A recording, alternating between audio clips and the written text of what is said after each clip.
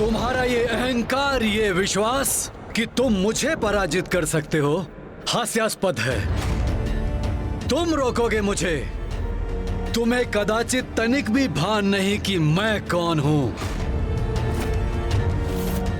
क्योंकि वीर अपना परिचय अपने शब्दों से नहीं देते, उनका पराक्रम ही उनका परिचय होता है। अब मैं अपने वार से तुम्हें उचित परिचय दूंगा। संभाल सको तो संभालो मेरा वार।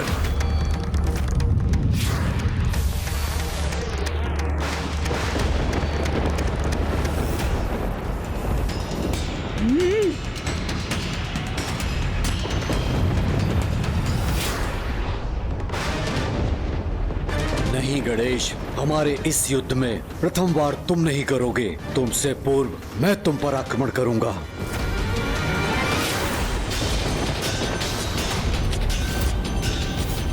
तुम युद्ध करोगे मुझसे? इतना दुस्साहस तुम्हारा?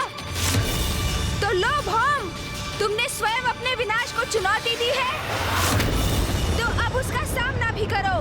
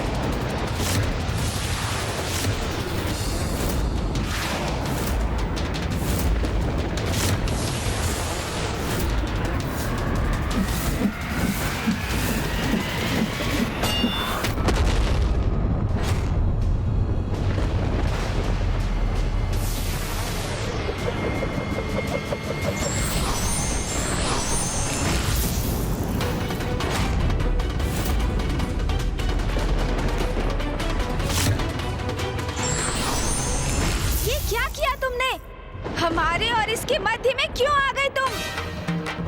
तुमने मेरी योजना ही ध्वस्त कर दी। अन्यथा मैं अब तक इस अहंकारी भौम का अंत कर चुका होता।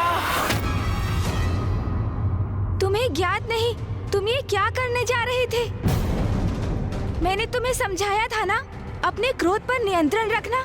कैसे रखूं अपने क्रोध पर नियंत्रण, जब मेरे क्रोध का स्रोत ये भौम मेरे समक्ष है?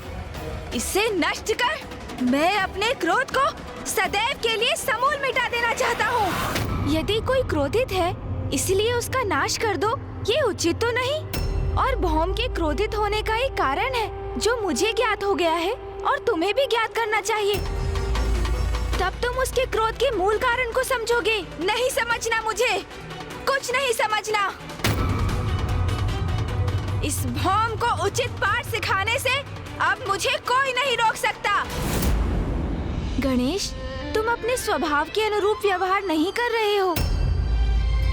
भौम की उग्र ऊर्जा से प्रभावित हो तुम, इसलिए क्रोध में अपना आपा खो रहे हो। हाँ, वही उग्र ऊर्जा जिसे लौटाना अस्वीकार किया है इसने। अब हटो मेरे मार्ग से।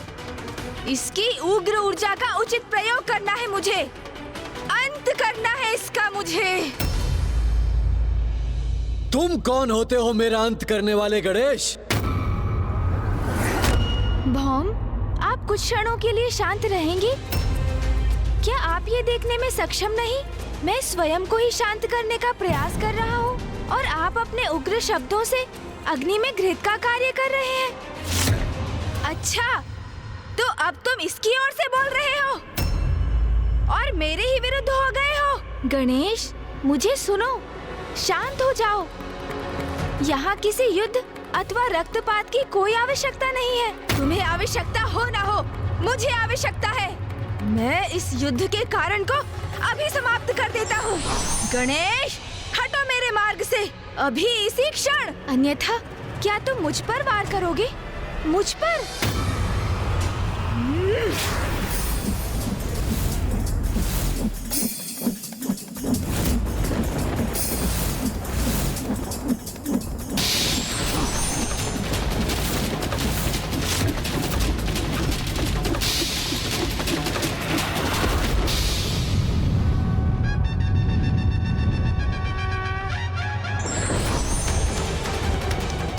यदि भैया यहाँ होते तो तुम्हें मुझ पर वार करने के लिए बहुत कठोर दंड देते। कैलाश लौटने पर उन्हें अवश्य बताऊंगा मैं। फिर देखना, भैया यहाँ होते तो दंडित तुम होते। इस अहंकारी रक्तवर्णी युवक की रक्षा करने और मेरे विरुद्ध जाने के लिए। और उन्हें तो तुम कुछ तब कह सकोगे जब मैं कहने दूंगा तुम्हें। अब मैं सर्वप्रथम तुम्हें बांधूंगा, फिर इस भौम का भी उचित उपचार करूंगा।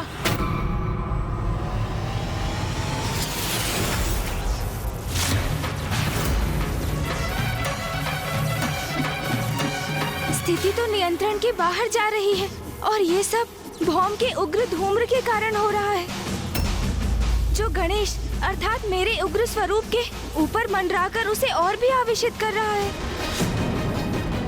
उसको इस धूम्र के प्रभाव से रिक्त करना होगा मुझे, और तब मैं उसे भौम का वास्तविक परिचय दूंगा। किंतु ये तभी संभव हो पाएगा जब मैं भौम को किसी प्रकार शांत कर उनके प्रभाव को रोक सकूं।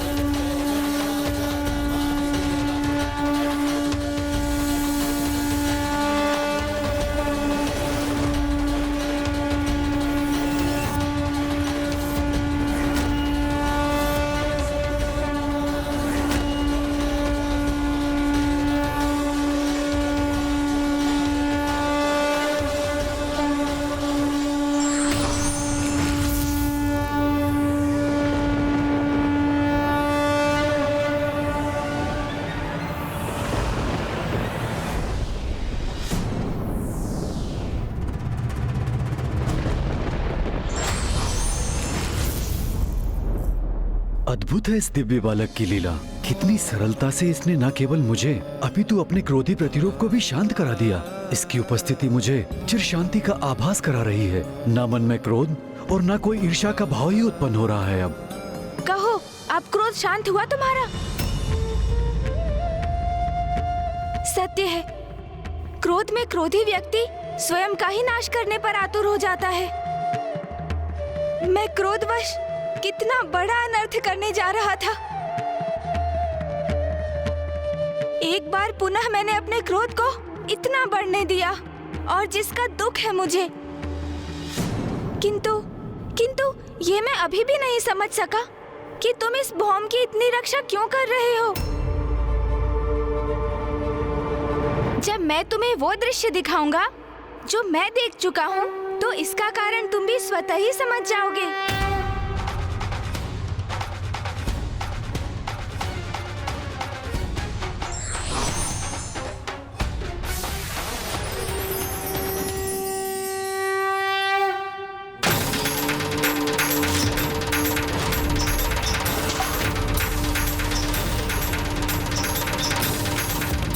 मैं पृथ्वी हूँ, मेरी अपनी कोई संतान नहीं।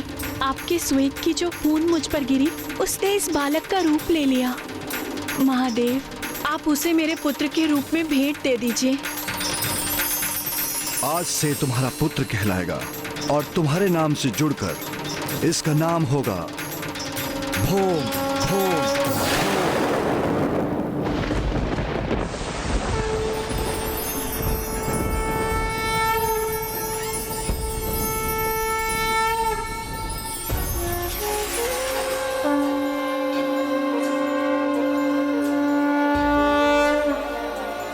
परम ब्रह्म महागणपति के इस दिव्य स्वरूप के दर्शन पाकर धन्य हो गया मैं।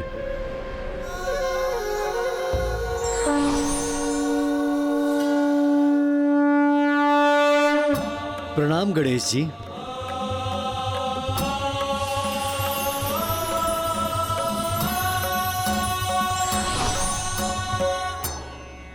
भौम, मुझे ज्ञात हो चुका है कि आप मेरे भ्राता हैं, कि आप मेरे भ्राता हैं, कि आप मेरे भ्राता हैं। भ्राता?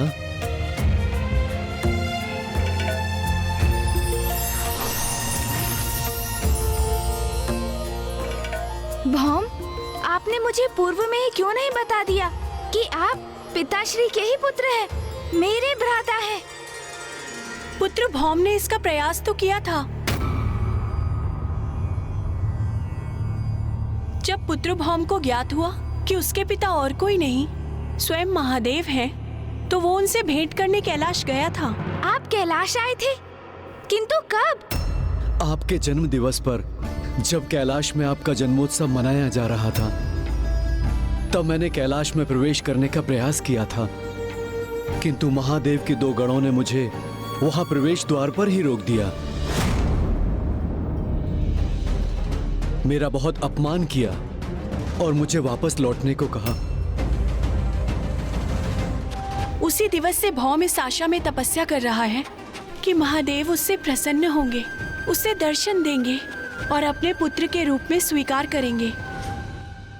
आपको कैलाश से अपमानित होकर लौटना पड़ा। ओह, तभी आपको मुझसे इतनी ईर्ष्या, इतना द्वेष है, और इसलिए मुझे आपकी ये उग्र ऊर्जा निरंतर प्रभावित कर रही है, क्योंकि आपकी उग्रता का लक्ष्य तो मैं ही हूँ ना।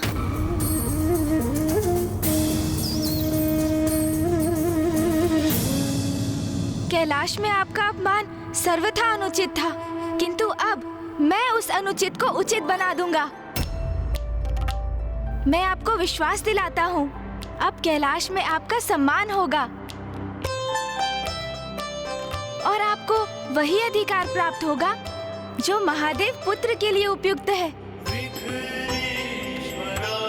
भ्राता भौम, आप मेरे साथ कैलाश चलिए।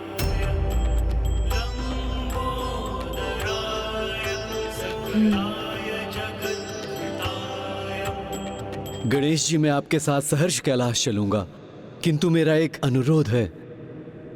माँ भी हमारे साथ चलेंगी। नहीं पुत्र, अपने पिता से भेंट करने के लिए ये यात्रा तुम्हें ही करनी होगी। मेरी किसी भी यात्रा का आरंभ और अंत आपके बिना कैसे संभव है माँ? यदि आप नहीं चलेंगी तो मैं भी नहीं जाऊंगा। भ्राता भौम कदाचित उचित कह रहे हैं, आपको भी साथ आना ही होगा माता। उचित है पुत्र, मैं भी चलूंगी। चलिए मूषक जी, हम भी कैलाश जाकर भ्राता भौम के स्वागत की तैयारी करते हैं। इस बार इनका बहुत भव्य स्वागत होगा, ये मेरा वचन है।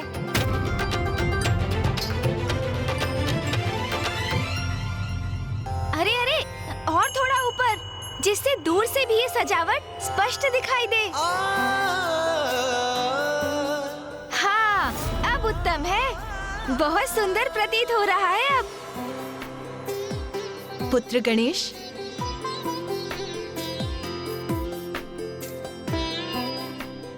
माँ, मैं आज बहुत ही उत्साहित और आनंदित हूँ, क्योंकि आज कैलाश में एक अत्यंत विशेष व्यक्ति का आगमन हो रहा है, और ये सब कुछ उन्हीं के स्वागत के लिए हो रहा है माँ। किंतु पुत्र गणेश, कौन है ये विशेष अतिथि, ये तो बताओ। हाँ माँ, हाँ, मैं अवश्य बताऊंगा, किंतु आपको उनके लिए अपने हाथों से विशेष खीर बनानी पड़ेगी। आप बनाएंगी ना खीर? अवश्य गणेश, इसके पूर्व मैंने तुम्हें कैलाश पे किसी के भी आगमन पे इतना प्रसन्न नहीं देखा। अवश्य ये अतिथि अत्यंत विशेष होंगे। अपने पुत्र के इन विशेष अतिथि के लिए मैं खीर अवश्य बनाऊंगी।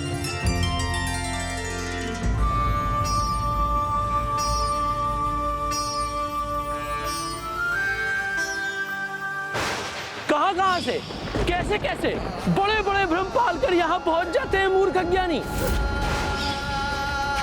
कभी कभी दर्पण में मुख देखा है अपना? चलो प्रस्थान करो यहाँ से। पुत्र भौम, माँ, मुझे चिंता हो रही है। मैं व्याकुल हो रहा हूँ कि कहीं माता पार्वती और पिता महादेव ने मुझे स्वीकार नहीं किया तो? ऐसा संदेह भी मन में क्यों ला रहे हो पुत्र भौम? देखो, मार्ग कैसे पुष्पों से सज्जित है। इस मुख्य द्वार पर ये तोरण देखो, इसका अर्थ है गणेश जी ने महादेव और माता पार्वती से तुम्हारी चर्चा अवश्य की होगी, जिसके परिणाम स्वरूप संपूर्ण कैलाश तुम्हारे स्वागत की प्रतीक्षा कर रहा है। तो शीघ्रता कीजिए ना माँ, वो आते ही होंगे। मैं यहाँ सब कुछ संभाल लूंगा, आप जाइए। अरे पुत्र, जाती हूँ। किंतु गणेश, ये तो बताओ कि आ कौन रहा है? कुमार कार्तिकेय जी, महादेव के पुत्र, आपके और प्रभु के भ्राता आ रहे हैं। आपके भ्राता आ रहे हैं, अर्थात प्रभु महादेव के पुत्र।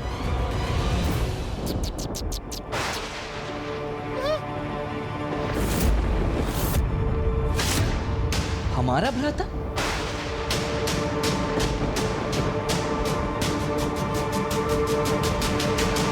क्या मूषक जी, क्या कहा आपने? माता ऐसे स्वर में क्यों पूछ रही हैं?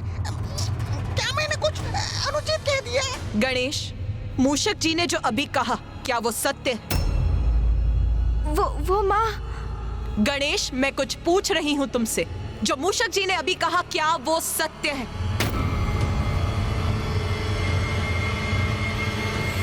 हाँ माँ। गणेश, ये सब क्या है? यदि तुम्हें कुछ ज्ञात था तो वो माँ को पूर्व में बताना चाहिए था ना। यदि माँ को नहीं तो मुझे ही बता देते। अब मुझे बहुत चिंता हो रही है। माँ भी अत्यधिक प्रसन्न नहीं प्रतीत हो रही हैं। और ये क्या कहा तुमने? हमारा एक अन्य भ्राता भी है?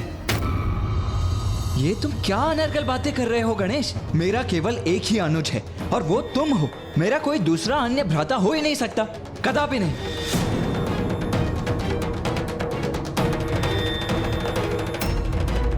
मुझे क्षमा कर दीजिए प्रभु, मैंने तो सोचा था ये सुनकर माता प्रसन्न होंगी। ये मुझसे कैसे भूल हो गई प्रभु?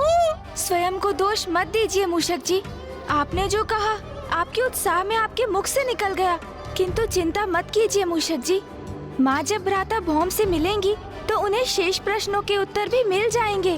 किंतु अब ये ध्यान रखना है कि भ्राता भौम के कैलाश में प्रवेश के पूर्व मध्य में ही कोई व्यवधान न उत्पन्न हो जाए। स्वामी, उमा, आप इतनी व्याकुल क्यों हैं? क्या हुआ प्रिय? स्वामी, क्या आपको ज्ञात है आज कैलाश में किसका आगमन होने वाला है? जिस विशिष्ट अतिथि के लिए गणेश इतनी धूमधाम से कैलाश में तैयारियां कर रहा है, ज्ञात है आपको? कौन है वो? उमा, कौन है ये विशिष्ट अतिथि? तोतला जी, माता तो अत्यंत रुष्ट हो गई हैं। अब विशेष अतिथि के स्वागत का उत्तरदायित्व तो आपके और मेरे कंधों पर ही है। अरे नंदी, वो देती है क्या तोतला जी, कहाँ देखूं और किधर देखूं? अरे नंदी दी वो देती है, उधर देती है।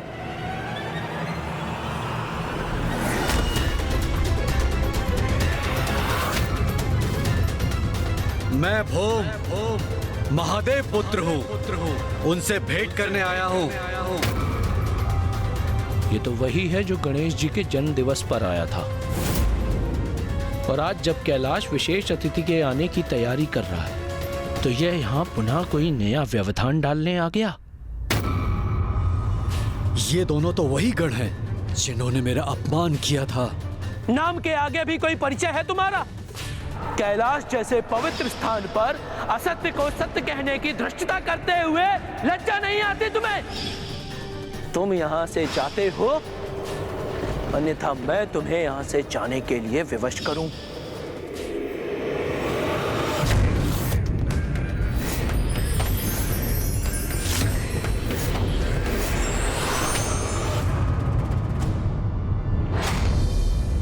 आने दो इसे।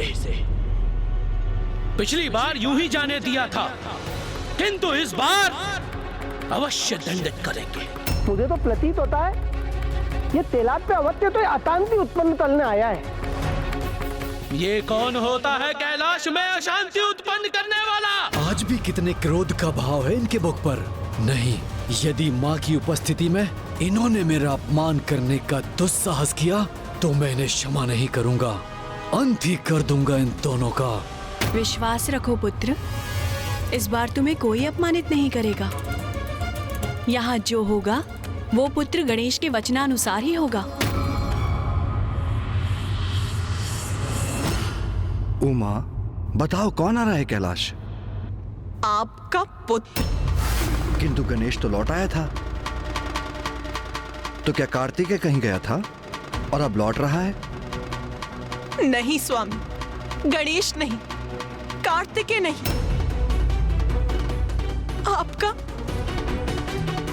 आपका एक अन्य पुत्र। उमा, ये आप क्या कह रही हैं? कौन सा अन्य पुत्र? आपका तृतीय पुत्र आ रहा है आज।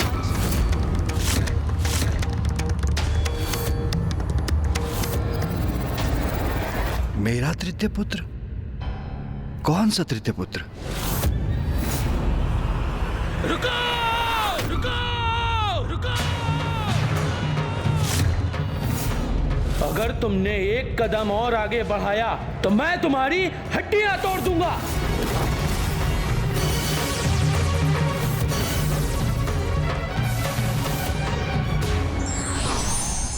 पूरी बात बिना जाने प्रतिक्रिया नहीं देना चाहिए, अन्यथा भूल हो सकती है।